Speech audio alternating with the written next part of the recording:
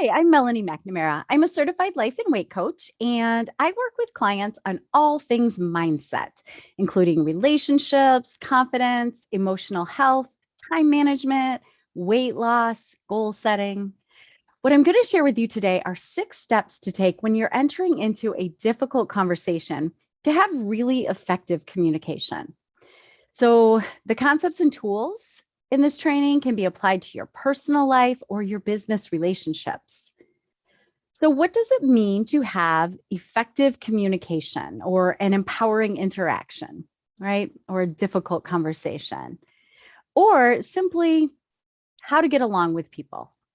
So, most people avoid these types of conversations or interactions because they want to avoid confrontation or conflict. But what I want to offer to you is that it does not have to be that way. So by the time I teach you the tools here, you're going to understand that there's really no such thing as a difficult conversation. There's just you having conversations with people in your life.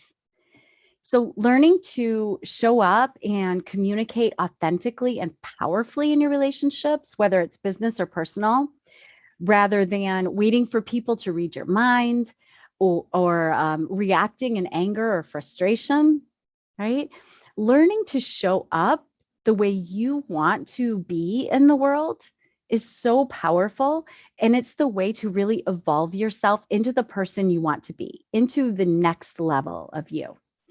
So it's very easy to just stay in comfortable discomfort, right? You're uncomfortable having a conversation with someone, but you don't want to travel through the unknown discomfort to get to the other side. So I like to think of it as the river of misery. And you have to go through the river of misery to get to the other side, which means having the relationships that you really want to have, whether it's with your family at home, with your friends, or in your work environment. Okay. So before I share the steps with you, I want to go over the thought model that I use for everything. And for the purposes of time, I'm going to go over this rather quickly. There's so much I could teach you about the model, but for now, I just want to kind of share the outline with you. So CTFAR, that stands for, the C stands for circumstance. So there are circumstances in the world which are simply facts, things that happen outside of us. Okay. It could be what other people say or do. It could be the weather. It could be the kind of car you drive. It could be where you work, your job, anything that everyone in the world could agree on, right? If they're looking at the facts, right? So there's no emotion, there's no adjectives, there's no drama in the C line. So when there are circumstances, it triggers thoughts in us. So that's the T line. So we have thoughts about all the circumstances in our lives. Okay. And when we think a thought, we create a feeling in our body. That's the F line. Okay. Feelings are very important. They're created by our thoughts, and they're also what drives all of our actions. Everything we do in life is because we either want to feel a certain way or we want to avoid feeling a certain way. Okay. And then all of our feelings drive all of our actions, which then create all of the results in our lives. Okay. So, in essence, we create all the results in our lives through our thoughts. All right. So, the one thing I really want to stress to you, and if it's the only thing you get out of this training, it's so important that you understand that other people do not create our feelings. They don't cause our feelings. They don't cause us to feel angry. Other people don't create frustration in us, right? Other people don't hurt our feelings. Our thoughts create all of our feelings. What somebody else says or does goes in the circumstance line, and we have a thought about it. Okay, so for example, let's say you work in a team environment, okay? And it's your job on the schedule. You go in to open up the business in the morning, okay? And you notice that the closing checklist has not been checked off. Everything hasn't been completed on the closing checklist. That's a circumstance, right? And a lot of times our thought might be, oh, they're so disrespectful. they're lazy, um, they're selfish, right? We might have some of those thoughts, which then create feelings of resentment or anger within us, right? And so from that place of feeling resentment and anger or frustration, the actions we take from there might be, we're just frustrated with our job. Maybe we say rude things about the closing crew from the night before, or we complain about them, or maybe we're short tempered with clients coming into the business, right? And we basically create our own terrible experience for the day, right? We think it's just a given. If other people aren't doing their job, well, then they're selfish and they cause us to be frustrated. They cause our resentment and our anger. But that's not the case. It's that thought. They're so selfish. They left this all for me to do, right? They're lazy.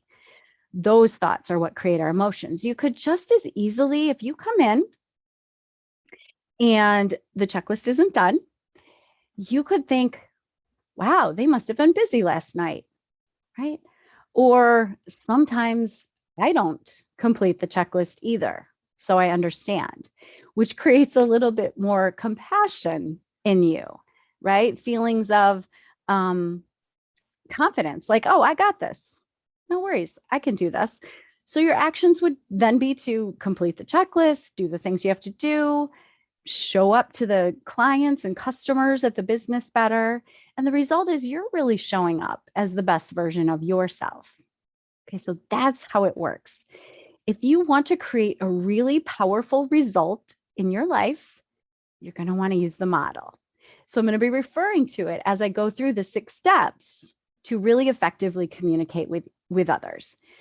Okay, so this can be whether it's in the moment or whether you're scheduling a conversation with somebody to talk to them about something specific.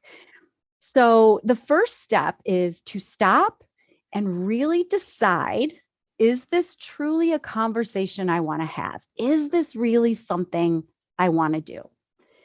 Right. So a lot of times my clients will come to me and they'll say, oh, I've got this thing going on with this person. Should I talk to them about it? What should I say? Here's the thing. I don't know what you should do. That's your action line, right?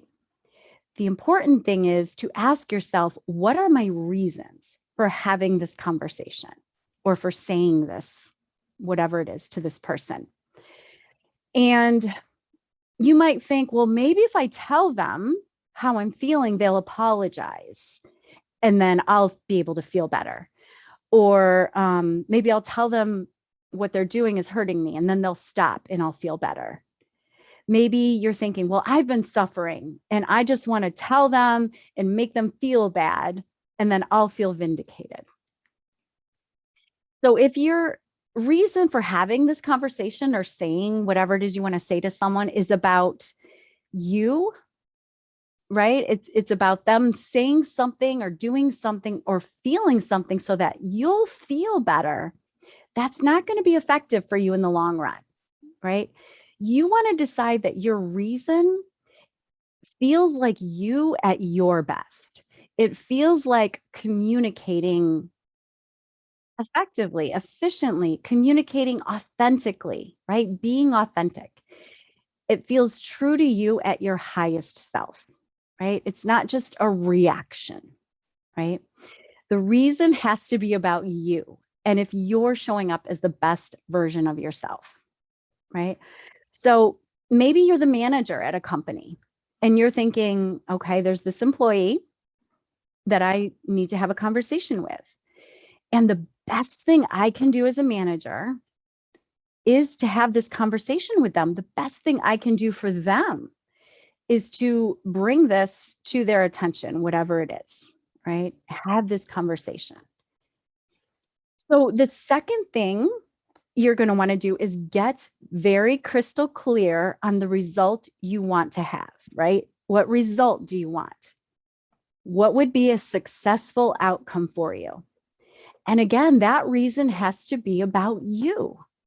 If you're like most of us, you want the result to be the other person changes in some way, right? The key to that is that you want it to be about sharing information. You can make a request.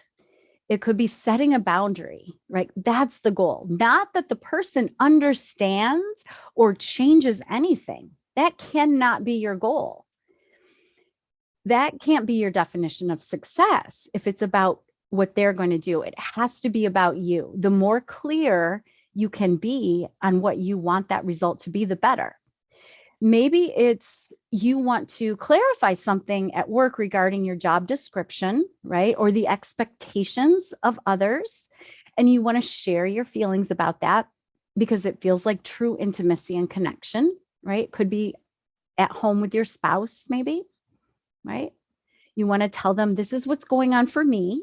And I just wanted to let you know because I love you, and I value you and our relationship. Okay.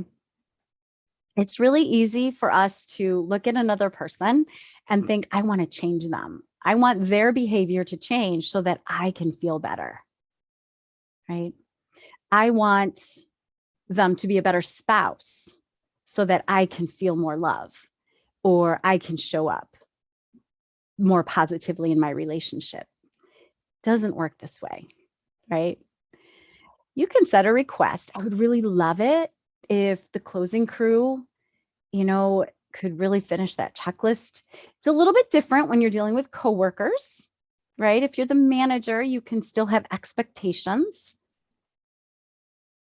and make a request that people follow those expectations, right? Um, it could be about setting a boundary and not in the way that many of us have come to believe boundaries are, right? It's not changing the other person. A boundary is set from a place of love and respect for yourself and for the other person, right? And when you set a boundary, it's if you do this or if this happens, then I will. So say you want to set a boundary with your spouse and you tell them with love, right? With love and compassion and connection for both of you. You say, listen, I don't like it when you yell and raise your voice at me. So if you do that again, then I'm going to leave the room, right? It's not about you can't do that because grown people can do whatever they want. It doesn't mean they can do whatever they want without consequences, but they will do whatever they want. So if you can hold a space of loving kindness when you're having this conversation, right? And not expecting them to react in any particular way, right? Um, if you're thinking, I don't want to have this conversation because they're going to be mad or upset, they might be. They might get mad or upset. You can't control that. You can only control who you are in the moment and how you want to think and feel and who you want to be, right? If you want to be a great leader and a great manager, then you get to show up that way with compassion and kindness. If you want to be an excellent coworker and you want to be a great team member, you get to control that, right? If you want to be a great friend to someone, no matter what they say or do, you get to decide. Okay. Maybe you want to be the type of team member who communicates clearly with control, right? It's okay for people to be mad or hurt, right? And if you can stay in that space of loving kindness and hold space for that, they'll usually calm down. Okay. So the third step is to coach yourself so that you can show up in that positive emotional space. And that really doesn't happen naturally for us as humans, right? Our brain immediately wants to go on the defense or be angry or irritated or worried. That's our natural default as humans. But if you can coach yourself into a more effective emotional space, if you can get to those emotions that are really going to serve you best, such as like peace or compassion or understanding or patience or calm or curiosity, Those are really great emotions that can really serve you positively when you're having interactions or conversations with people. Okay. And when you're coaching yourself, that may look like you taking a look at what are your thoughts about you? What are your thoughts about your job or your marriage? What are your thoughts about the other person or the situation? Really taking a look at those. Because if you're going into this conversation with already some thoughts that that person is selfish, that person is arrogant, that person is lazy, it's not going to be effective in your communication with them, right? So clean up those thoughts. Some thoughts might be they're just another human. I like to think that everybody's just doing their best.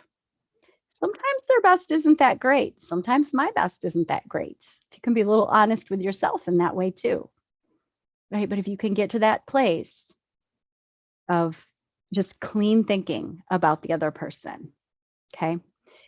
So, an example might be you're at home and your spouse said words to you.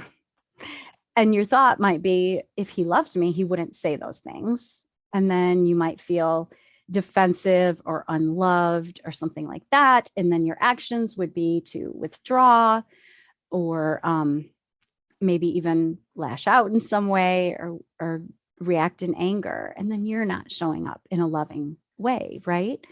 So you might think your husband said words. And if you drop into curiosity, right, and think, that's really unlike him to say those type of words. I wonder what's going on for him that he would say that to me, right? And then you can drop into curiosity. And then you can take the action of having that conversation with your spouse in a way that's more open and loving. Just like, that's not really like you, right? And I'm just wondering what you were thinking when you said that to me. It's a much more effective communication, right?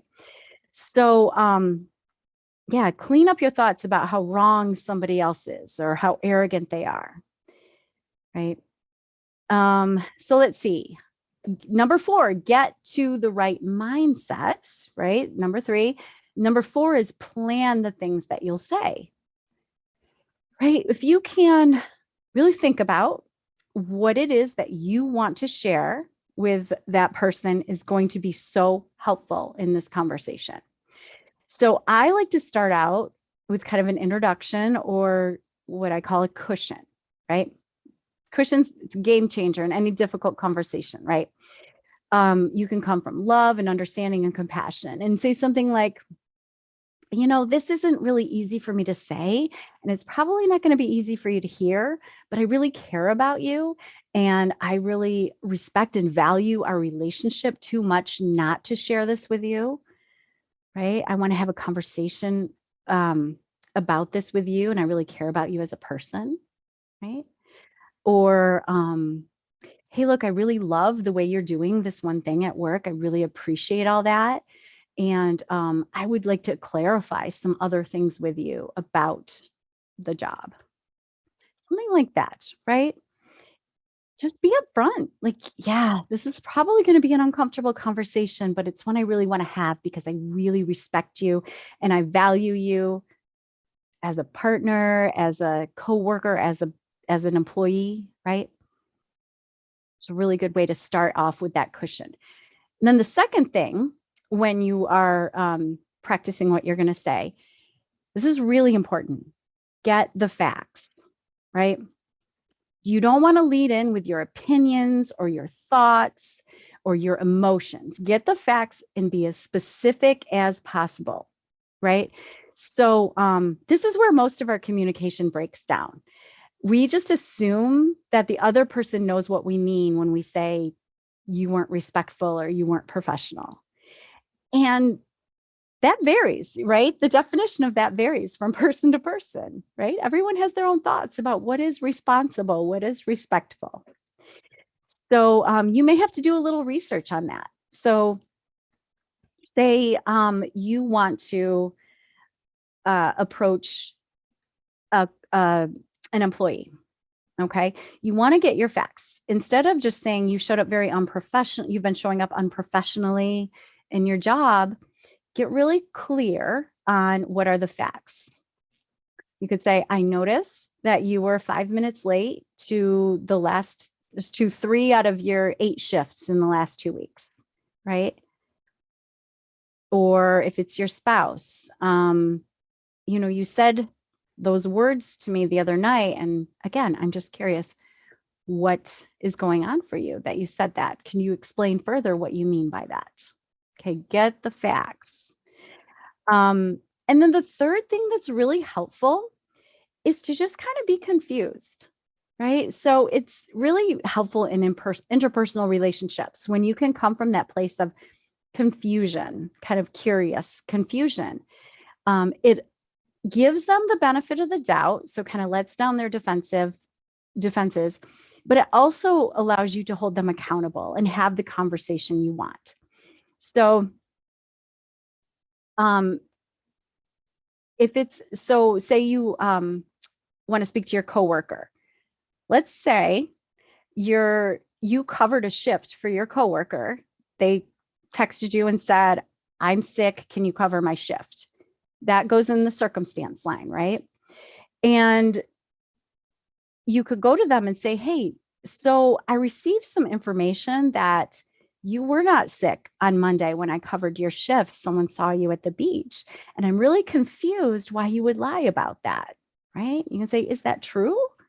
Did you go to the beach or were you sick? And then you can just be like, that's unlike you. And I would have been happy to cover your shift. So I'm really curious why you would say that. Or maybe speaking to an employee again, right? I noticed in the last employee meeting, you weren't dressed in the uniform. You were looking at your phone and you've been late for 3 out of your last 8 shifts. And it's not really like you. So I'm just really curious what's going on for you. Is there anything I can help you with? Right? Coming from that compassionate curiosity, right? That confusion.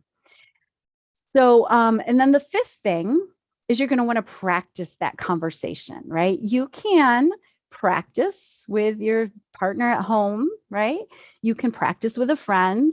You can practice looking into the mirror or driving in your car or in the shower, right? Just practice.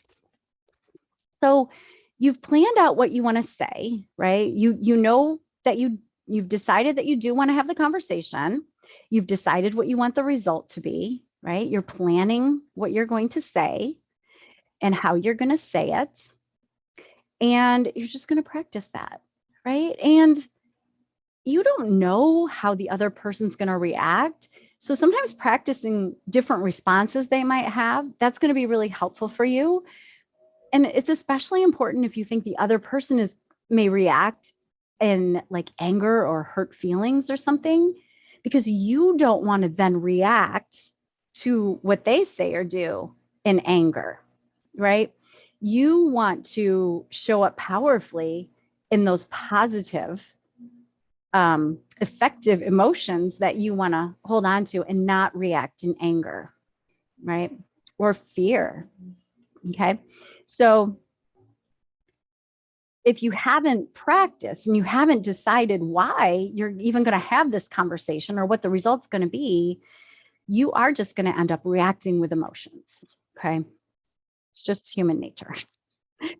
So then you're going to want to schedule and have the conversation, right? So if it is a conversation that you are going to schedule and have, right? And if you show up in this way as your very best self and do your own work, coaching yourself on how you want to think and feel, no matter what you want to say and do, that you've gathered facts and you're just not saying you always do this thing or you never do this thing or you're so unprofessional, right?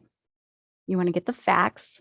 And if you show up with all of this, you are going to feel so confident and so successful. And the conversation is not necessarily going to be easy or comfortable. Okay. It might be, but it might not be. but you have to be okay with that. You have to do what feels best for you, like you at your best, at your most evolved self, right? If you're going to go through the river of misery to get the other side, to get to the other side, to have the relationship you want to have, right? So that's you feeling at your best, showing up as your best. And you can use these tools for things that happen spontaneously. So if you're in a work environment and a coworker says or does something and you feel anger or frustration at them, become aware. When you can become aware in the moment that that is a thought you're having about it. Your thoughts create your feelings. Your coworkers can do or say whatever you want. Whatever they want. And it's your thought about what they said or did that creates that feeling for you. So when you can start to really become aware, it's called emotional adulthood. You take back responsibility for all your emotions, right? When you can take responsibility for that and you're in a work environment and your coworkers say and do things and you feel frustration or you feel anger, and then you can become aware, oh, it's because I'm thinking that they don't respect me or they expect me to do all the work or they should be doing their job differently. Whatever your thoughts are, right? Just notice you're the one creating that anger and frustration. So then you can learn to manage that in the moment. Give yourself some peace and calm with some thoughts, right? Just becoming aware that you're creating that anger and frustration can be a beautiful first and only step you need, right? But then when you can get control over your own emotions, you may want to schedule a conversation with someone about something that happened at work. You won't be so reactive in the moment. Very important. Again, emotional adulthood. It's amazing because if you're giving the power over your feelings to other people around you, there's nothing you can do because people are going to say and do what they're going to say and do. And if you have no power over how you feel and they have all the power over you, it's very disempowering, right? Take back all the ownership of what you're feeling. All right. So I'll go over the 6 steps again really quick. Number 1, you're going to stop and decide, is this really a conversation I want to have? If it's an in the moment kind of thing, give yourself a pause and a stop and say, are these really the words that I want to say to my coworker or my spouse right now? Right. Number 2, get super clear on the result you want to have and know that the result cannot be about anything about the other person. It has to be about you, the things you can control, right? And those things are what you think, what you feel, what you say, and what you do. Okay. You're going to want to coach yourself to show up in that positive emotional space. You want to clean yourself of any anger or resentment. Clean up your thoughts about the other person, right? Number 4, plan what you're going to say. And number 5, have the conversation, right? Show up as the best version of yourself. And you're going to feel so proud the more you take back control of all that ownership over how you show up in the world. Creates so much pride and confidence in yourself that you can handle anything. So that is what I have for you today. Thank you so much for watching. If you have any questions or you want to reach out for some one-on-one coaching, I am available.